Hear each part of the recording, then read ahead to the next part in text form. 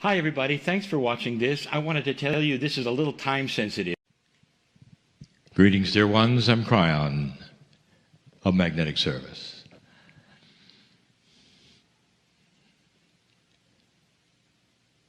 It has been mentioned that there are those who are unseen that know who you are, who are here, and I mean here. If you're a visitor listening to this later, here means here for you as well. This is a sacred space that you have decided to listen to. And if you continue listening, all of the energies that are in this room at the moment are yours as well. Humans, everyone, respected, honored, everyone. There is an entourage that doesn't just accompany me.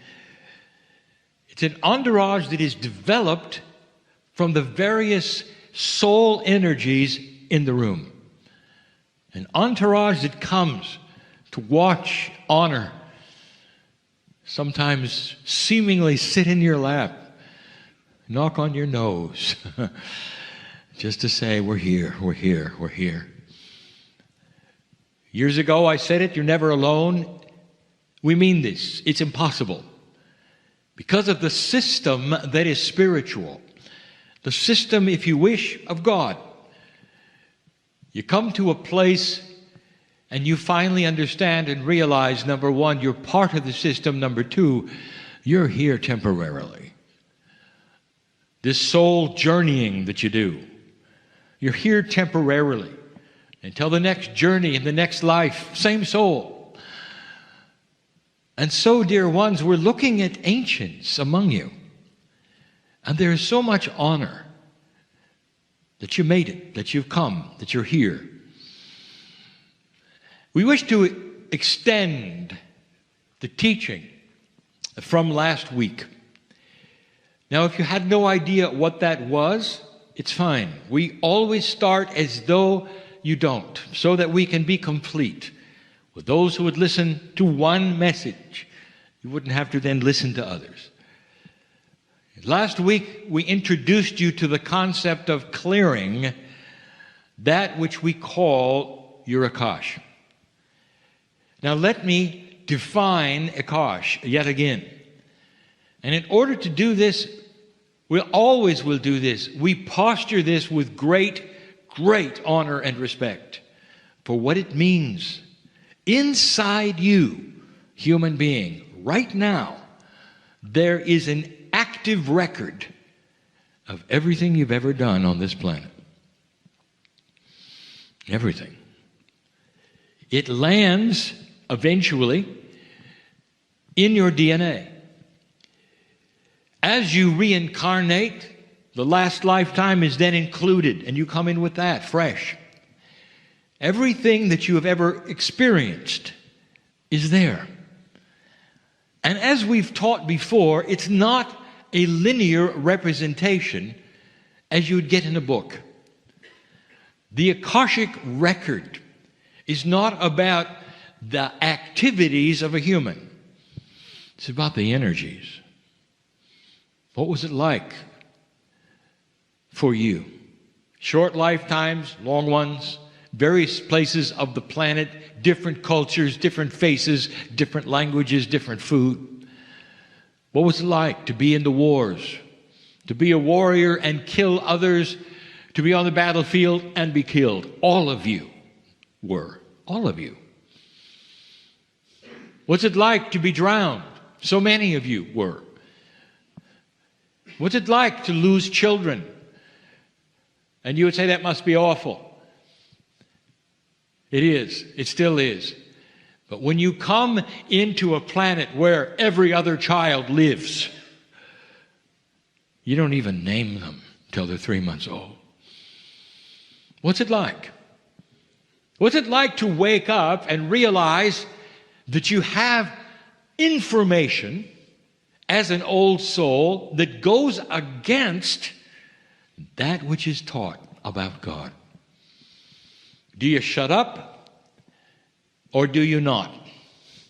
What's it like to be ostracized away from anyone else in the village, to live alone and only be kept alive because you have the magic, they think, because you have the intuition to keep them alive, perhaps some potions, some information from Gaia and the earth to heal those around you. This is your life. This is who I talk to, old soul. What's it like for me to tell you there are civilizations you lived in you have no idea about? And yet your Akash carries them all. And the information that is in this multidimensional space of storage within every single human listening now, that information is profound with energy. What kind of energy is it? Well, it's remembered things. We've talked about this before. We've said the difference between the Akashic Records reaction and what it means 10 years ago and today is vastly different. That's what's changing. In an older energy, the Akashic Record comes up and it then gives you information of remembrance, and sometimes it's difficult. Why would that be? Kryon, why is the Akash so disturbing to some that we have to have readers help us to dismiss certain things in our memory? Keeps us awake at night. It's difficult to work with. Why would that be? What kind of a system does that? And here's the answer. It's a system of free choice. As goes the consciousness of the human being, goes the consciousness of remembrance of the Akash. You remember dramatic things. Things that go bump in the night. Things that you don't want to remember. Feelings you can't explain. That's been the way of it. Until now. Last week we gave you information and exercise, words if you wish, and reminded you of the power you have over your own body, and in this energy, the appropriateness of reframing the Akash. Demanding in your own words that the Akash stop remembering the negativity and the drama and start remembering the beauty. Remembering the good times, what it felt like for all of you as a woman to give birth. What it felt like for all of you as a man to watch it. The pride, the joy, the overwhelming beauty, the benevolence. It's there. It's all there. To command your Akash to stop with the old energy programs, the tapes that play, and instead give you something you didn't expect. Beautiful memories. It changes that residual buzzing in the background. We told you that. Now, where does it go from here? It may seem like we're going to skip around, but I'm going to tell you what has happened to the Akash, what it became. Now, the Akash has never changed, but human beings saw it and rewrote the rules. I'll tell you about that. So you have a bit of an understanding about the buzz that some of you have. But not before an update. There are those listening to this now who were there last week. There are those who not only participated in the exercise, but will listen to the channel and participate again. Those who have never heard of it will hear it the first time and participate. There will be thousands who will participate. There will be some who feel something, as I said. There will be some who don't. Because timing is everything. You are unique on this planet. There is never a time when we give you information of one esoteric pill does one thing for everybody. It doesn't. It doesn't. Some of you must work at it and work into it, must do it a number of times if you wish. Although, I'll tell you, the body hears it the first time. Oh, it hears it. Hears it and starts working on it, even though you don't think it does. Here's an update. There are some of you, not necessarily in this audience, but the ones hearing me now, who've had some interesting dreams all of a sudden. A dream that would put you back into circumstances that were uncomfortable. Circumstances that made you less than.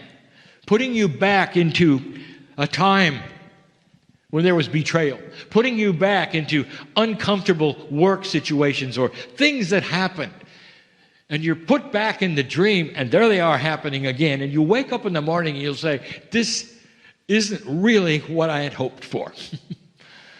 And now I have what they call a bad taste in my mouth for the whole day because that dream was so real. I didn't need to go back and feel that all again. Oh, yes, you did. And here's why, because that was your closure. You had to go back. You had to look it in the face. Sometimes there are things you never wanted to look at. Some of you are not done yet. This is the Akashic record at its best. It's the Akashic record for this lifetime at its best. Things that have happened to you that you go back and revisit. In the Akash, a drowning, a death, or a time perhaps on the battlefield where you took a life and it stuck with you for ages, and suddenly here comes the dream and you just feel awful. You'll say, I just killed somebody and I feel it all over. It's the worst thing that ever happened to me. I couldn't do that, but I did it. I could feel it. Or I was just killed. Or I drowned. Whatever it was. Then you'll wonder, what is the appropriateness of that? I'll tell you, it's a closure. It means it's gone. That's what it means. And if you're one who had one of those dreams, congratulations. It's working. Do you see how this works? It's working. You have to go there because you didn't want to face it. Even in a dream. You have to go there and be uncomfortable for a moment in a dream. Doesn't hurt you.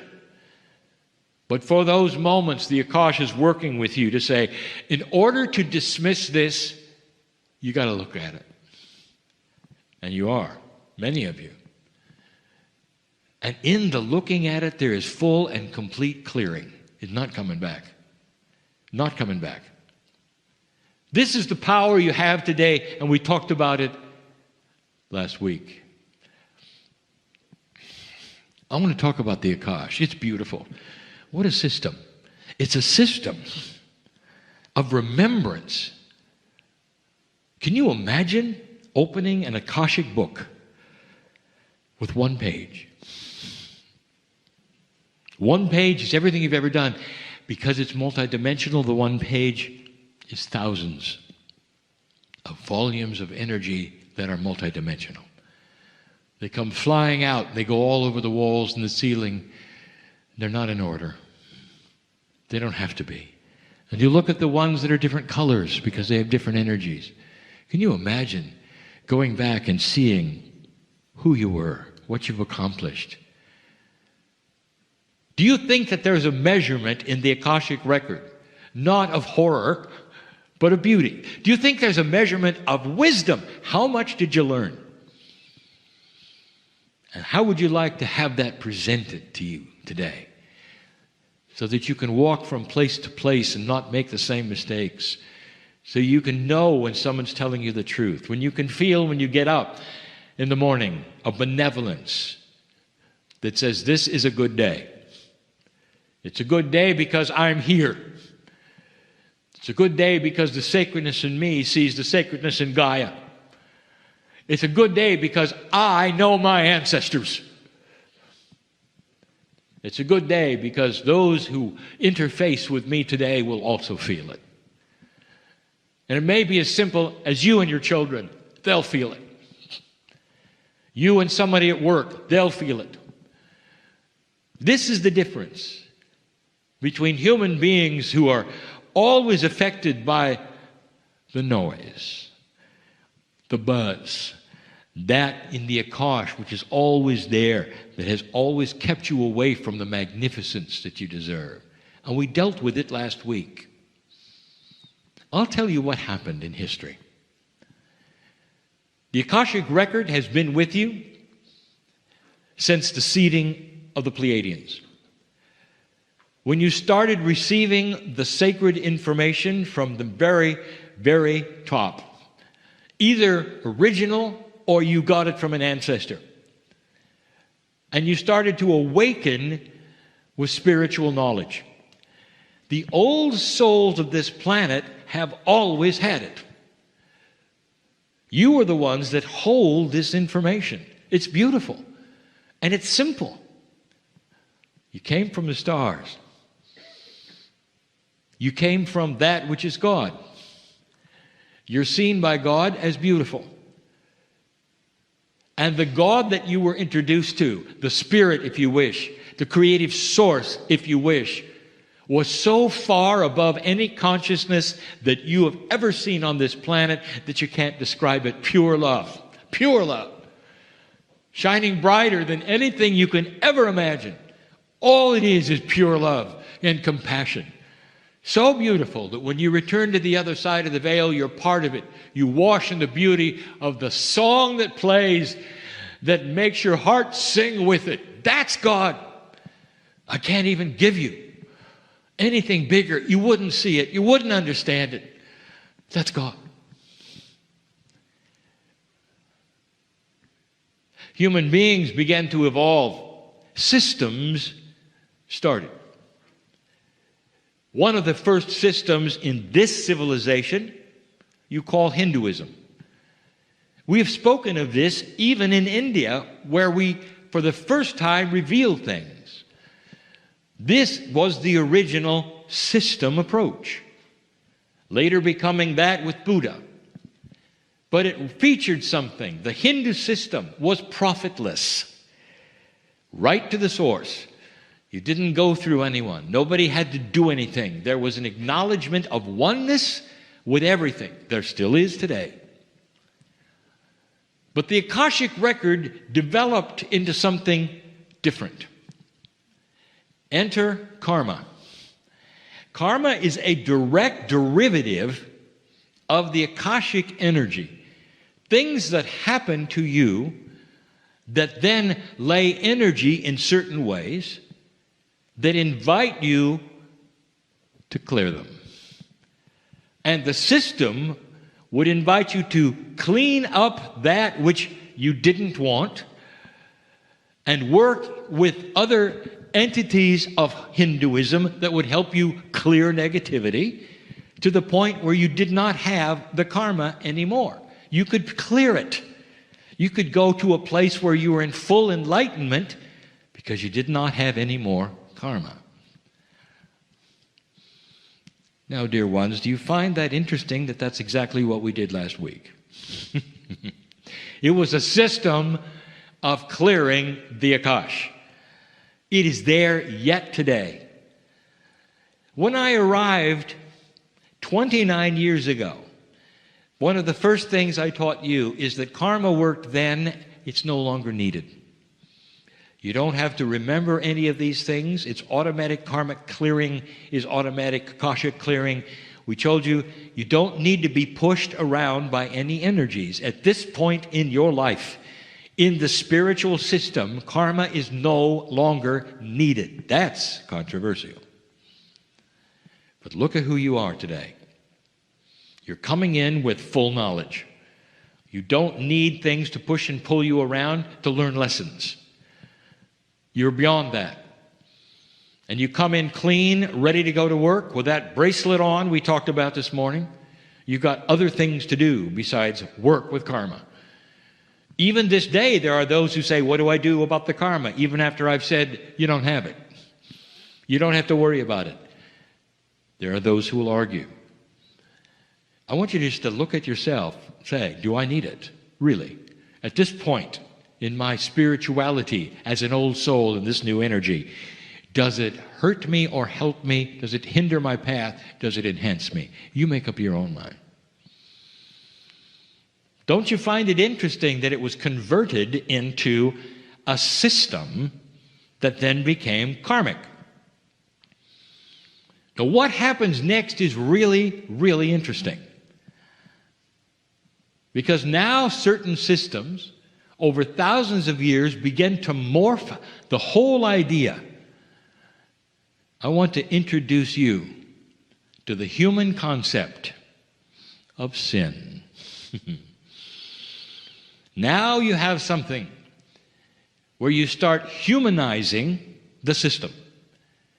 Humanizing is the word we mean that you reduce all of the parts of the system to fit within what you are, to be that which is human nature.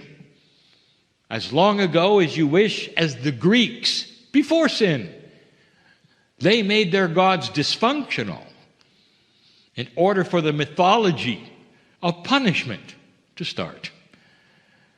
That then graduates and graduates, and finally you have a God who looks at you and judges you for your behavior.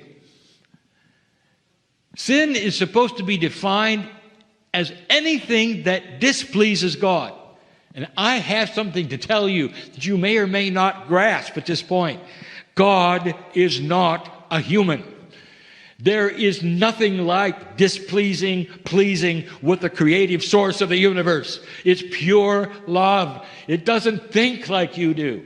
It doesn't have the constructs like you do. There is not even the beginning of a consciousness that would even be close to what you have. Not even close.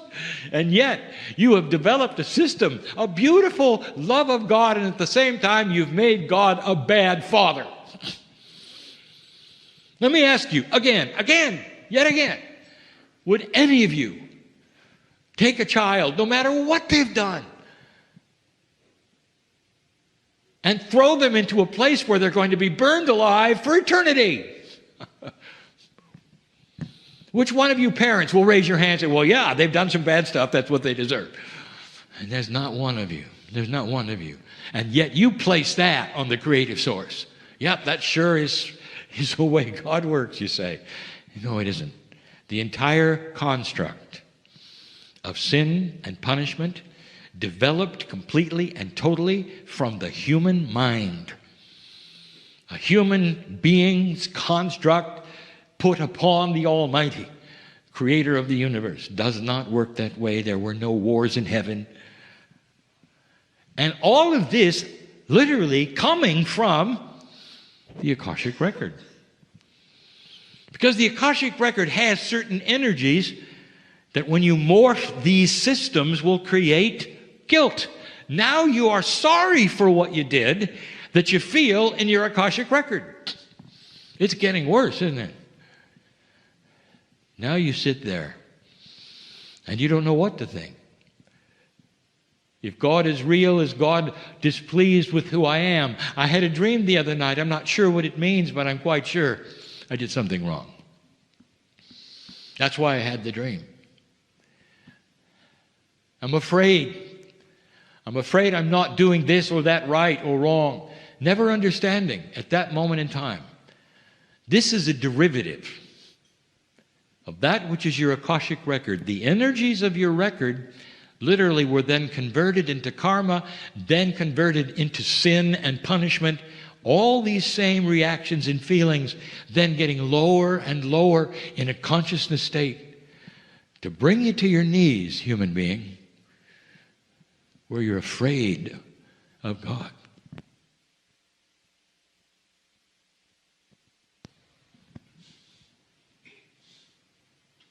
Afraid.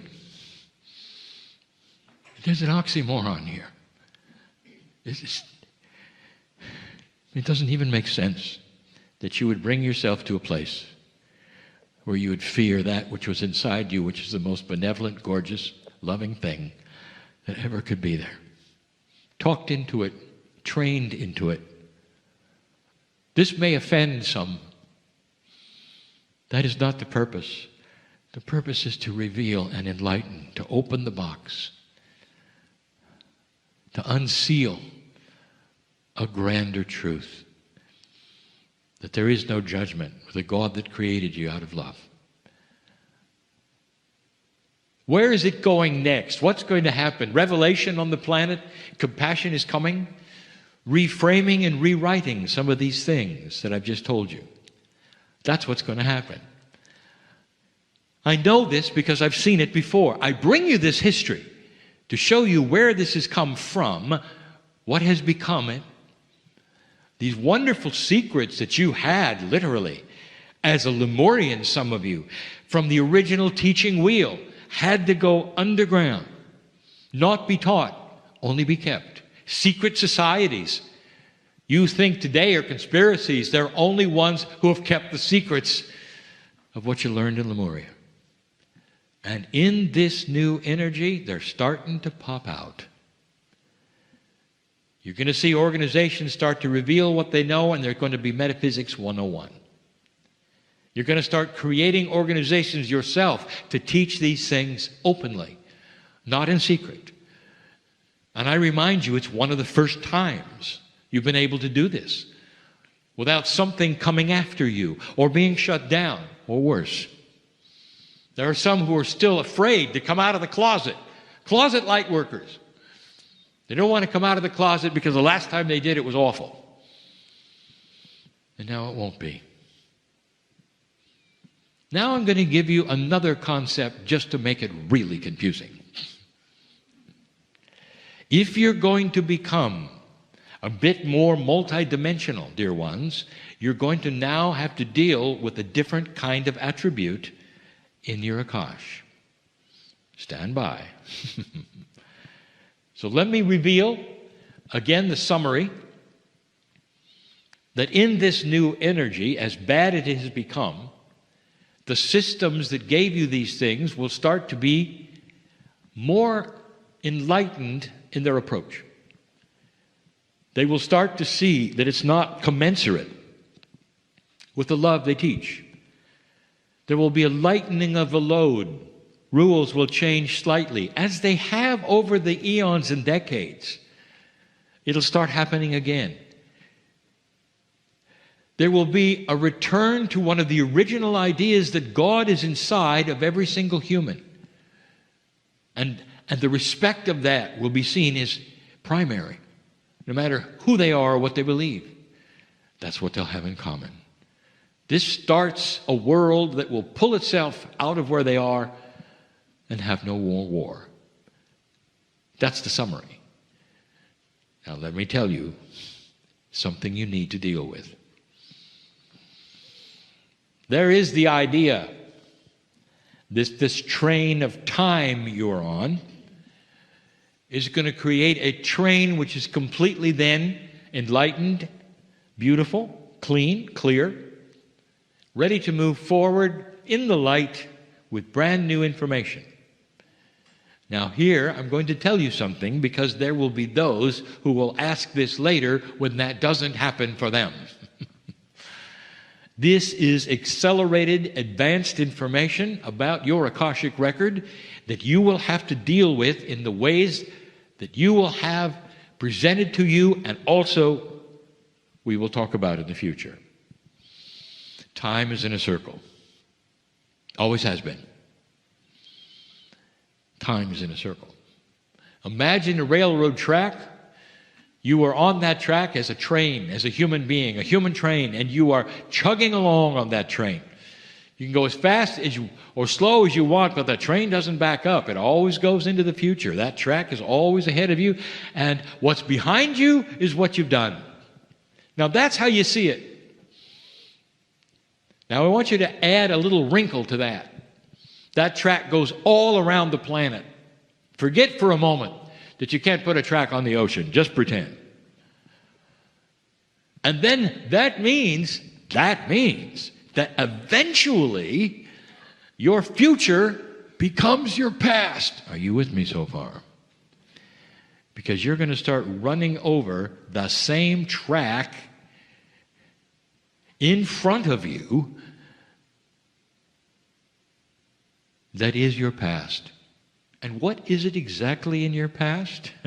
It's etched in stone in your Akashic record. And whether it includes one civilization or two, it doesn't matter. The concept is this: you're going to meet your Akash in the future. Some of you won't understand what it is and consider that everything you've done has failed because here it is again. Others of you will recognize it, aha, this is a fractal in time. It is laying on the track because the track remembers what happened. And instead of me absorbing it and taking it on and having to do all this again, we're going to clear it as we go. We're going to expect it to be there. And we're going to see it and we're going to clear it before it ever shows up. Is this too complex? As my partner explained it as I've given it to him, these are the questions that only the future will answer. I've just given you something that's valuable so you won't think you failed, dear ones. Because those of you who have cleared and gone to this place where you say, my Akash is no longer there to irritate me and the benevolence is only there, and suddenly there's something negative. This is the 3D human in the past who will say, see, it didn't work. Then you reveal you didn't expect it to work. And then you reveal, and then you reveal. State of mind, how much you cognize these ideas. I'm telling you that there are things on the track in front of you for you and the planet and all these things that will appear, and you will think it's a return to the past, and it isn't. It's something that you're going to have to look at and say, I recognize this. This is old energy. Get away from me. You're not going to go through this again. Give it a name. Put it away. That's coming because you are now covering the same track again that laid those eggs of the Akash that you cleared. Will there come a time, Kryon, when we can clear all of the Akash, including what's on the front of the train? That's an Akashic clearing that would be past, present, and future. That is more complicated. And that's the next step. I'm telling you about this so you won't be surprised. There will be coming processes to help you. But as you understand it, when it comes at you, you won't be confused. You won't think you did something wrong. You won't go back into guilt. And you'll look at it and go, Kryon said it was here. And here it is. And you can laugh. Because it'll disappear as soon as you recognize what it is. It's a past karma that's in front of your train that you cleared. Therefore, it's a phantom. We'll even give it a name. Beware of phantom karma. Beware of phantom Akash. All of that from your past might show up. Just remember this time and call it what it is.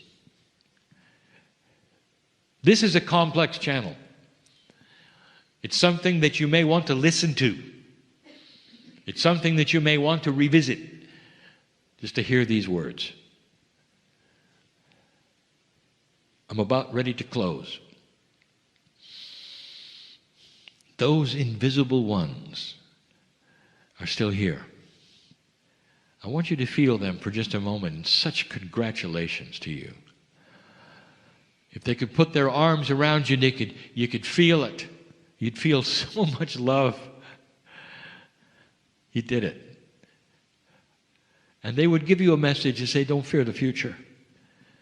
They'd give you a message that say, cast the old fears away. They're not going to come back. It's a brand new path. One that you've never trod before. One without predictions. You're going to lay the track that's never been laid before. That's what it's like. These are the things I have for this day. These are the things for you. And so it is. Greetings, dear ones. I'm Kryon of Magnetic Service. The human being steps aside.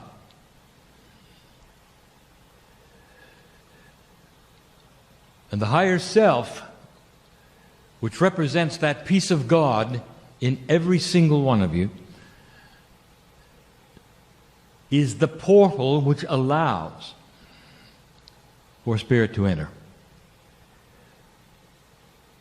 So it would be an attribute of compassionate allowance, which lets the human being then channel. And over a period of time, those things which would become difficult at first are more normalized, that are less linear at first become more linear. And so what you are seeing at this moment is because my partner has practiced. And he's given an allowance for Spirit to come through in a way that is pure, loving, and represents the compassion from the other side of the veil. All of the masters who walked the earth featured a compassionate countenance. It ought to tell you about the attitude of God. And so in these moments, at this time,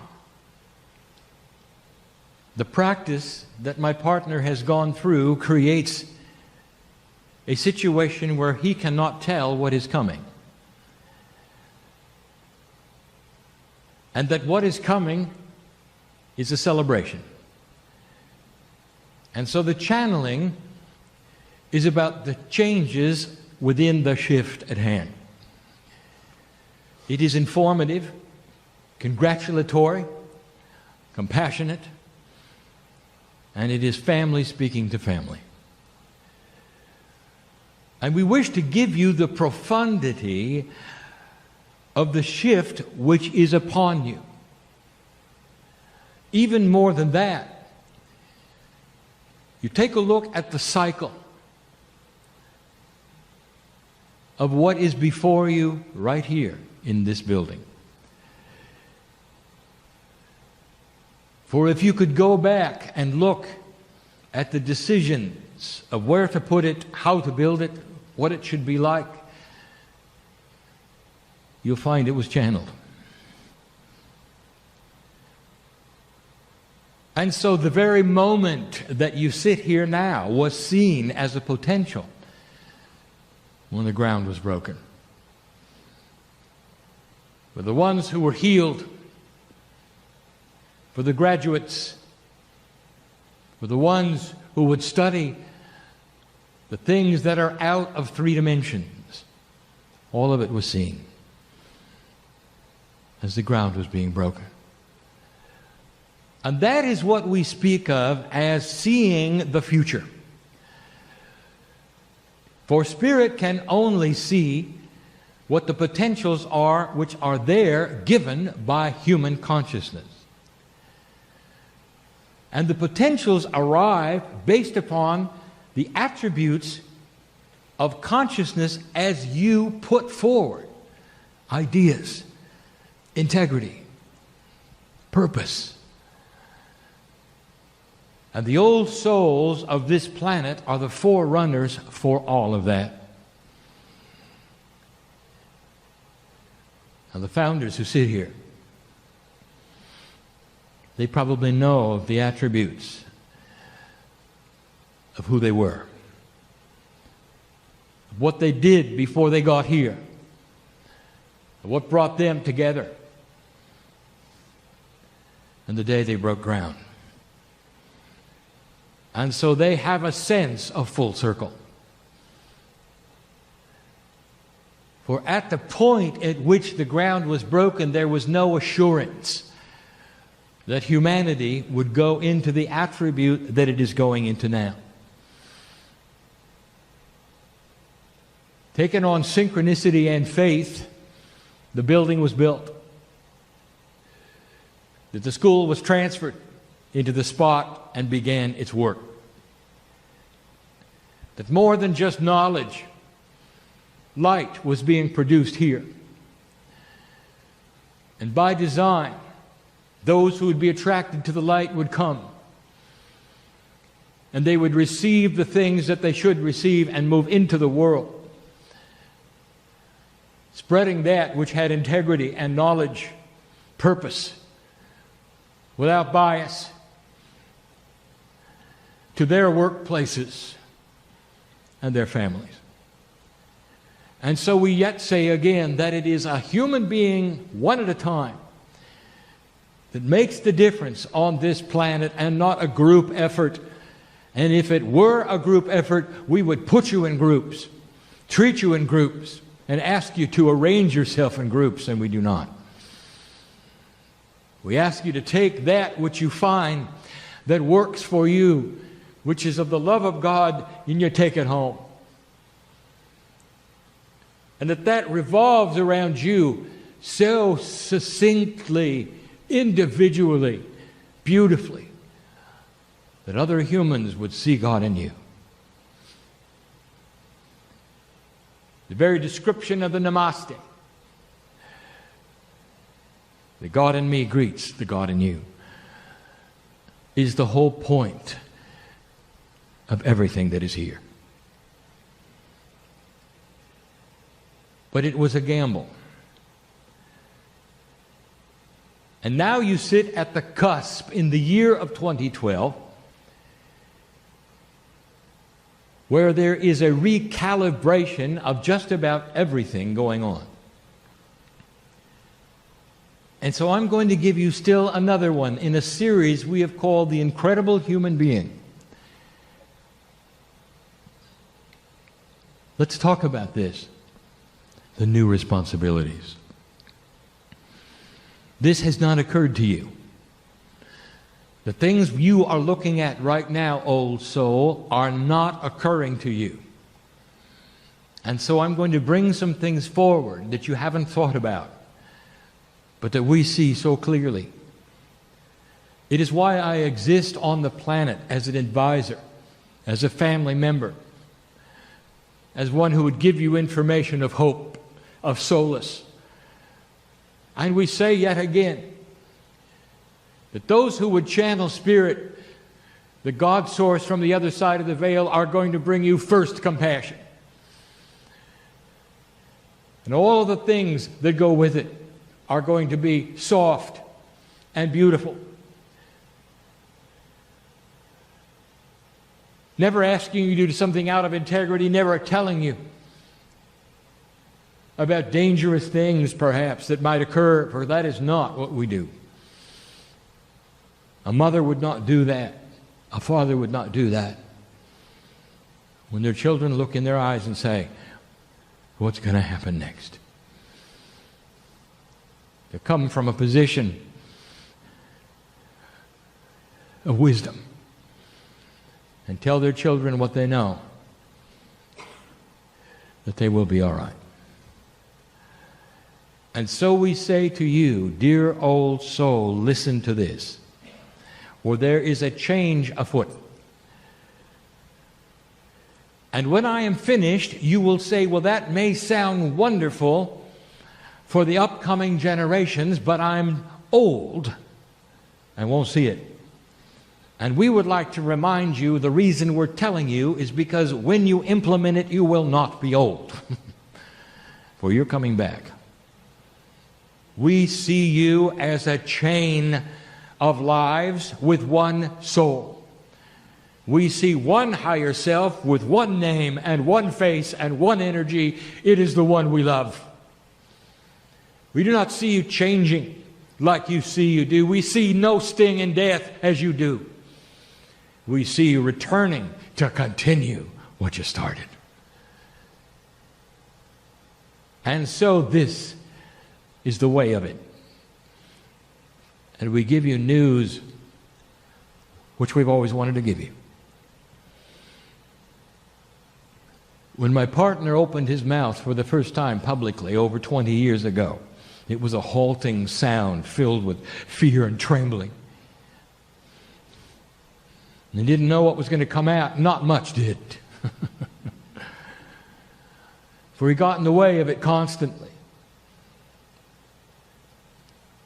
Until he did it so often, he realized it was a safe place to be. That while he sits in the chair, his biology is even changed. But he didn't know about today.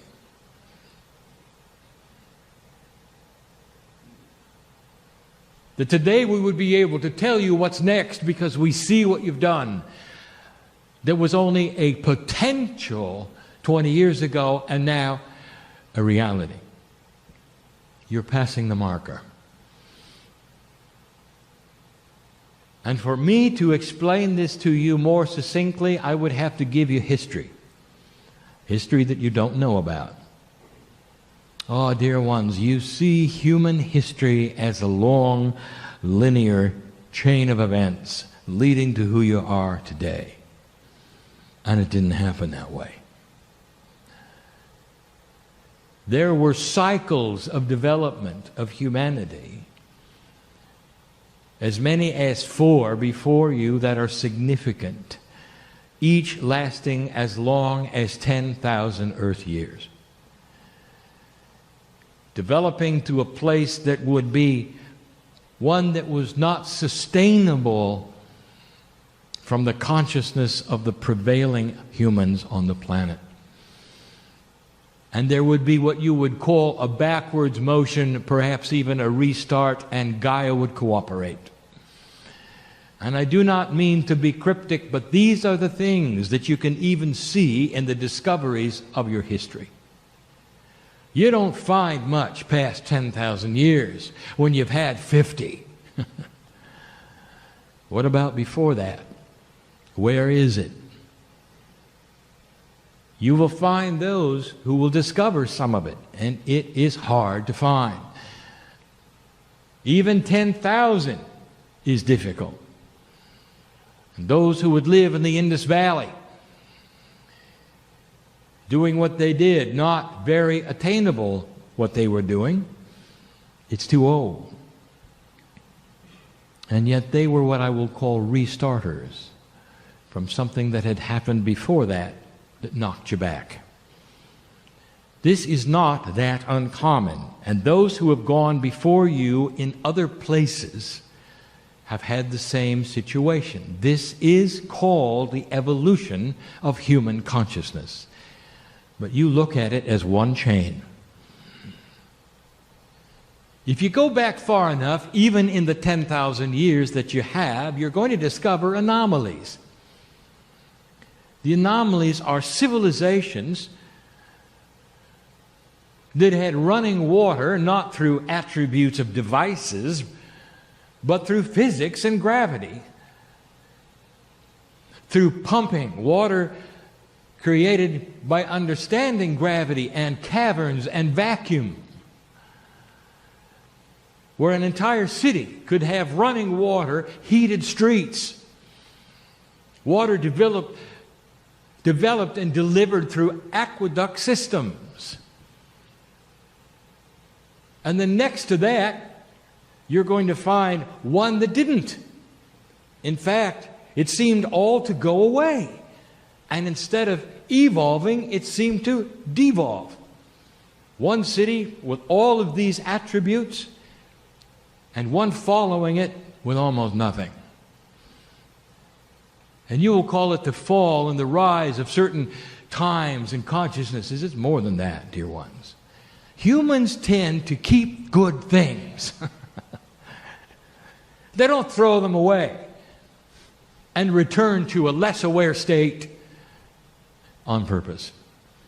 And if you look hard enough, even within 10,000 years, you're going to see attributes that are puzzling. Why cities built upon modern cities would not be modern. And you have to ask yourself, what happened? What was the responsibility of the human being in the past lives that you have lived for the last 10,000 years, old soul? Not before that. Let's just look at the last 10,000. What were you doing here? What have you been doing in this lifetime? What did you do in the immediate last lifetime? What was the responsibility of the light worker and the old soul? Even the most aware, what was the job? And I'll tell you what it was. It was fighting old energy. So the responsibility of everything that you can remember and not remember, old soul, was carrying your light in a dark consciousness. And that is the extent of the responsibility, a big one, that you've had.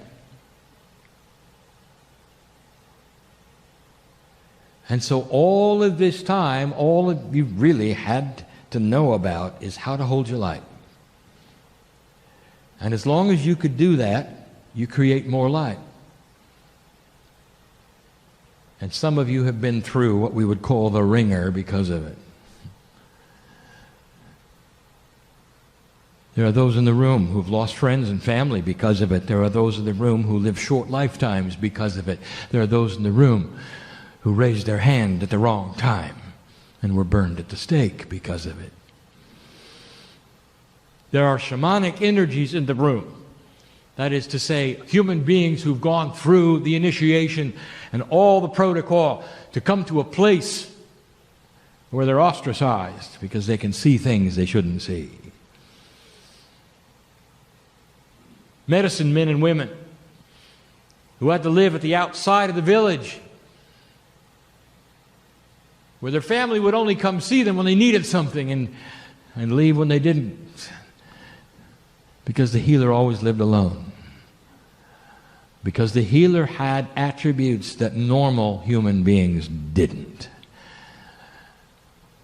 Now, I may be striking some chords here because there are old souls in the room that are starting to understand why they feel the way they feel. Because all of this akash we speak of is starting to surface. You're becoming a little more aware of what you've been through, because you must become more aware of what you've been through in order to capture that which you need and bring it forward for what's ahead. If I told you you've won the battle of the light, would you believe me?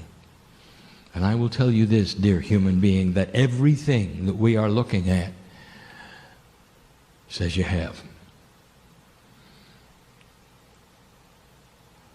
You look at the world and you say, that's nonsense, Kryon. I just got through with my partner with hours showing you what's different on the planet.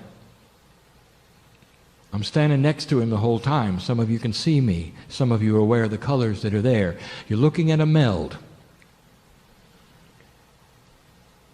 And those in graduate channeling will tell you, you cease to turn it on and turn it off.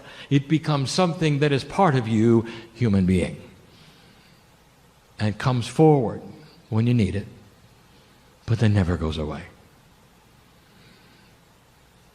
This is not new, for this is what the masters of the planet had and showed you and told you about. Human, every one of them, every one. A divinity that bubbles right at the surface. It's there all the time. And is beautiful and compassionate. If I told you you'd won the battle of light, would you believe me? When you came into the planet, it was different. This is the great shift, and the potentials are that the seeds will be planted in the next 18 years that will shift this planet greatly in the next 70. And that if I could show you at all what might take place then, you would not understand it, for it features things that you know nothing about today. Like George Washington did not know about the internet, you don't know about what's coming. And it's not explainable. Because some of the discoveries will be quantum, and they'll have to do with communications, and when it is opened, and that particular knowledge is studied, and the invention is turned on, you will have communications with those you didn't even think existed. Can you imagine how that's going to change the earth? It's a bonding when you see the big picture, when you realize you're not alone. It's a catalyst for peace.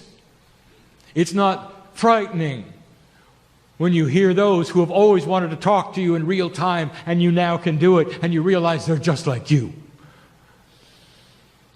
It's an earth that may celebrate instead of going to fear like your movies tell you. If you understand what I'm saying. You passed a marker where the potentials are very high, light worker, very high, that through these next decades, things will continue to settle. It takes a long time, for the energy dies hard in certain individuals, and they will not die at all until they die. And so you will have those who will hang on to the end, believing they're correct in their old energy, in their greed, in the way they think things work. For those of you who think you're going to turn a page and everything's going to be wonderful, I tell you that. It isn't. But the struggle that is the main struggle of dark and light is changing.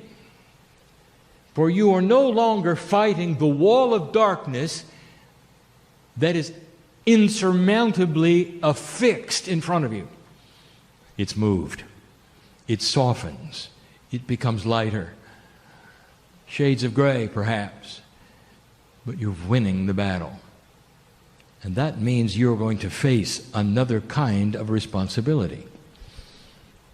And in order for you to see what is next and what you might be doing, light worker, it's not going to be that hard, for we're going to take you back in time, way before 10,000 years, way before this section of your civilization,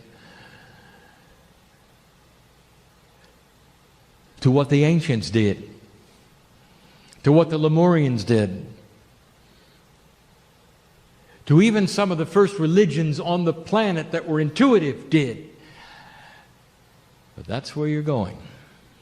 You might say it is a repeat of history, but let us study it together. Let us go back to the early days, the very early days. Let us look at 50,000, if not more, years ago in places that were developing on this planet where the seeds of divinity had been planted and humans had the knowledge of dark and light. The creation story was complete, however you see it. And I can take you to several places to look around and see what is there and what is not there. In Lemuria, what are you doing?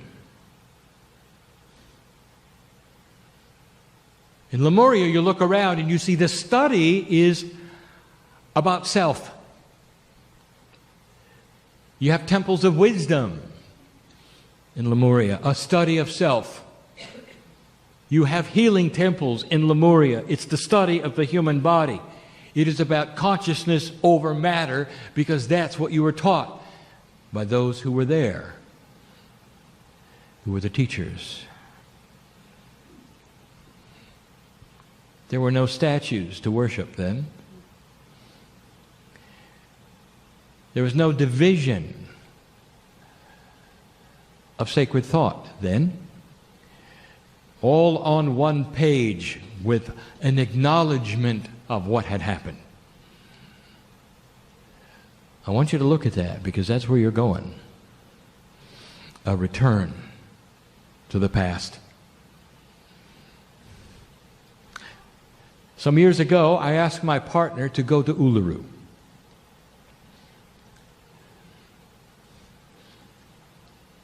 He had a profound experience there. He did not sit in front of the Aborigine for very long. He listened to the stories, and he was aware of the energies. And it was a long time after he left that he started piecing together what he had heard. And here's what he heard. A civilization more than 50,000 years old, in the middle of a continent that never changed, much like Lemuria. So that which was developed then passed through the elders and through the young people and then through the elders again, became clear what had taken place. What was the Aborigine doing back then? We're not going to find a lot of idols to worship. For they were receiving information for what they called their seed sisters. And what they had called the ones that were sacred with names that could be not pronounced. And that they took that information within, and the first thing they did was to ally with the earth. That they saw a consciousness in the planet and they allied with it. They did not worship it. That they saw a quantum energy, and that's all we can call it, that was available to them in what they would call their dream time. They believed they could be in two places at the same time, and they were. And they still do it. And there will be those who look and say, oh, how quaint. Well, there's nothing quaint about it. It's advanced, dear ones. Elders with names that cannot be pronounced from places that don't exist on the planet, teaching them what to do next. It was about self, learning all about themselves, what the divinity inside them could do. You take a look at the ancients on this planet, and it was about what they could do with the planet. You look at the tribes that were tens of thousands of years old.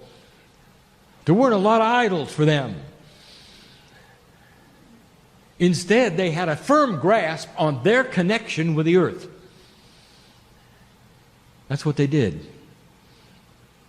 They were aware of what today has been lost. You're struggling with dark and light. They're learning quantum. The Hindus on the planet claim that theirs is the first organized group to put together something that would have what you would call loosely as membership. They would have devotees, those who would dedicate their lives to the study of the God within. And listen to what they said. That a human being could achieve such a status of ascension that they wouldn't die. Or that if they did, they would come back in the same form.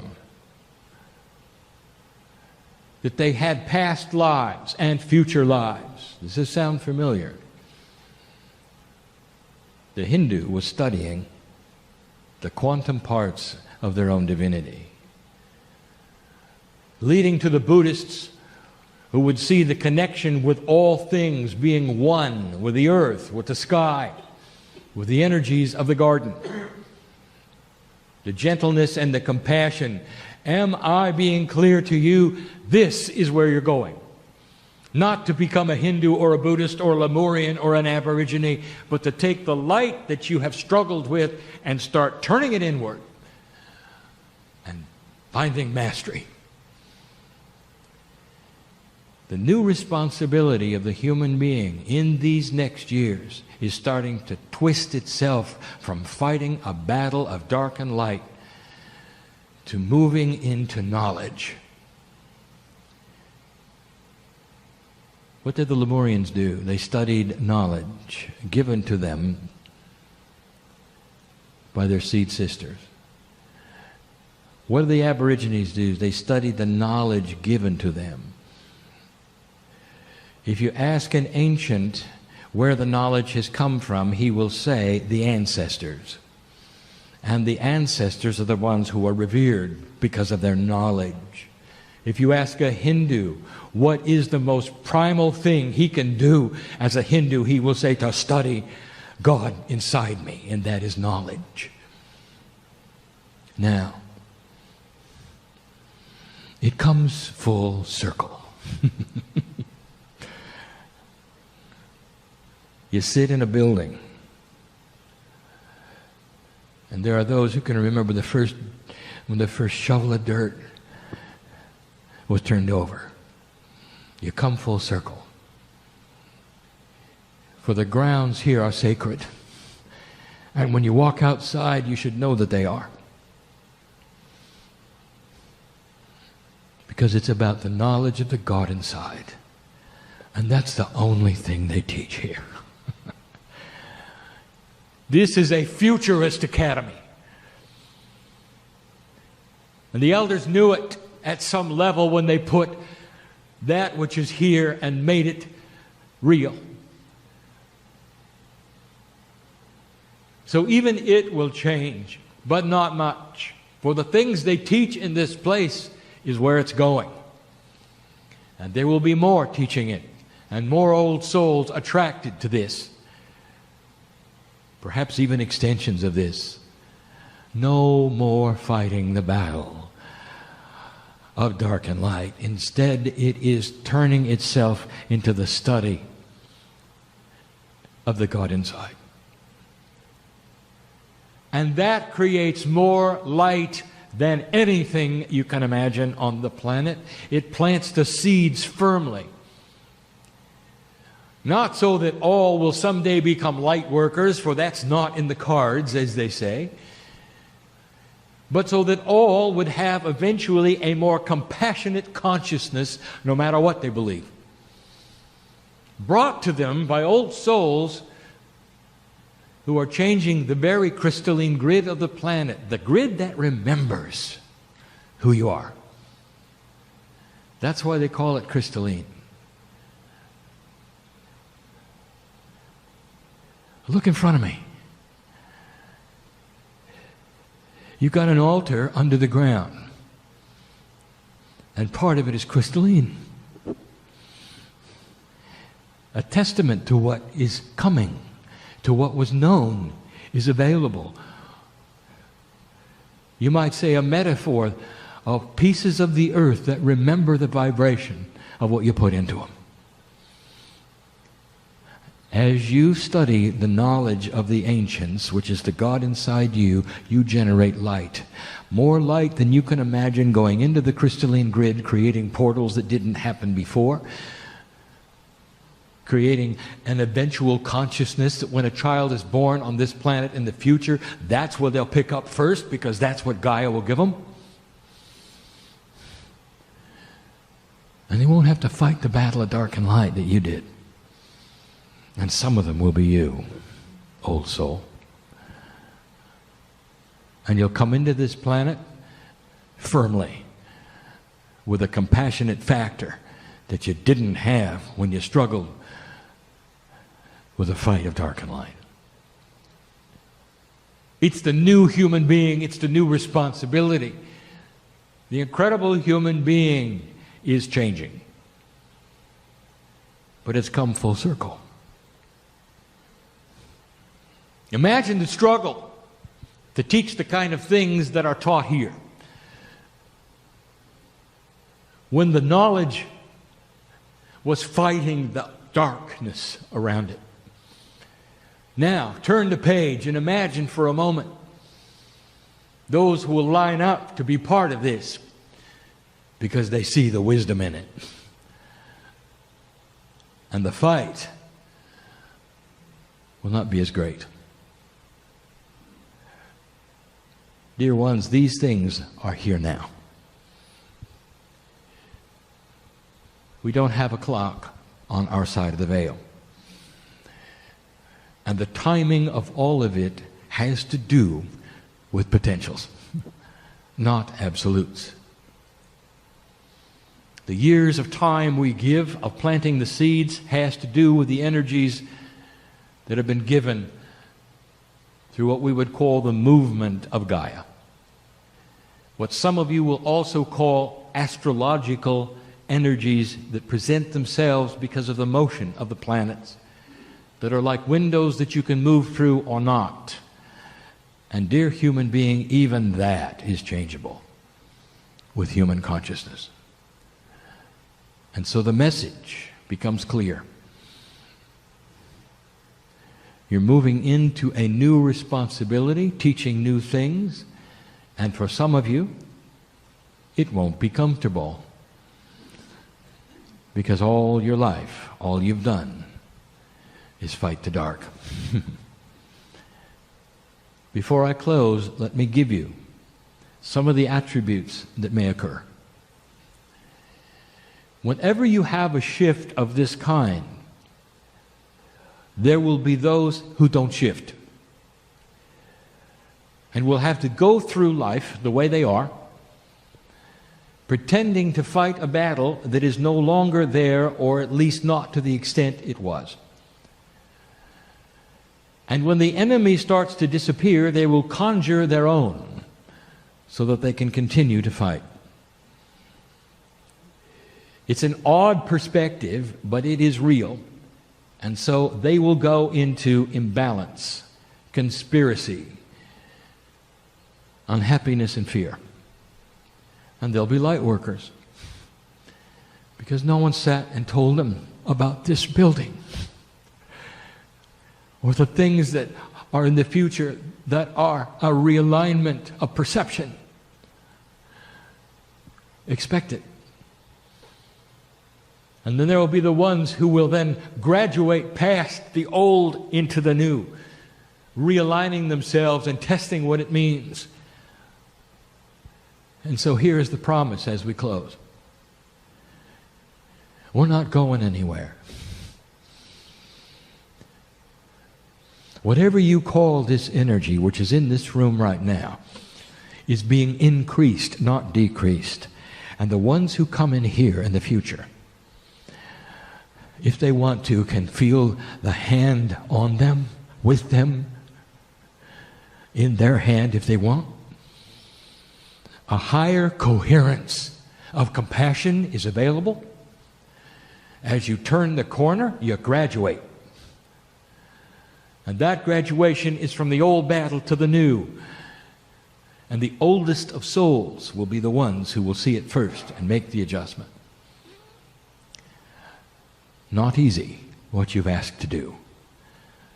Advanced information today that many will hear and not understand. But the ones in the room, you've got an advantage because we're here with you right now in a place that is sacred, pressing upon you a compassionate God. The energy of Gaia smiles upon this place. The rocks and the air, all which have their own kind of life, know who you are and what you're doing. And so there is a blessing of initiation upon you, some of whom are more than 50,000 years old. Well done, incredible human being. And so it is.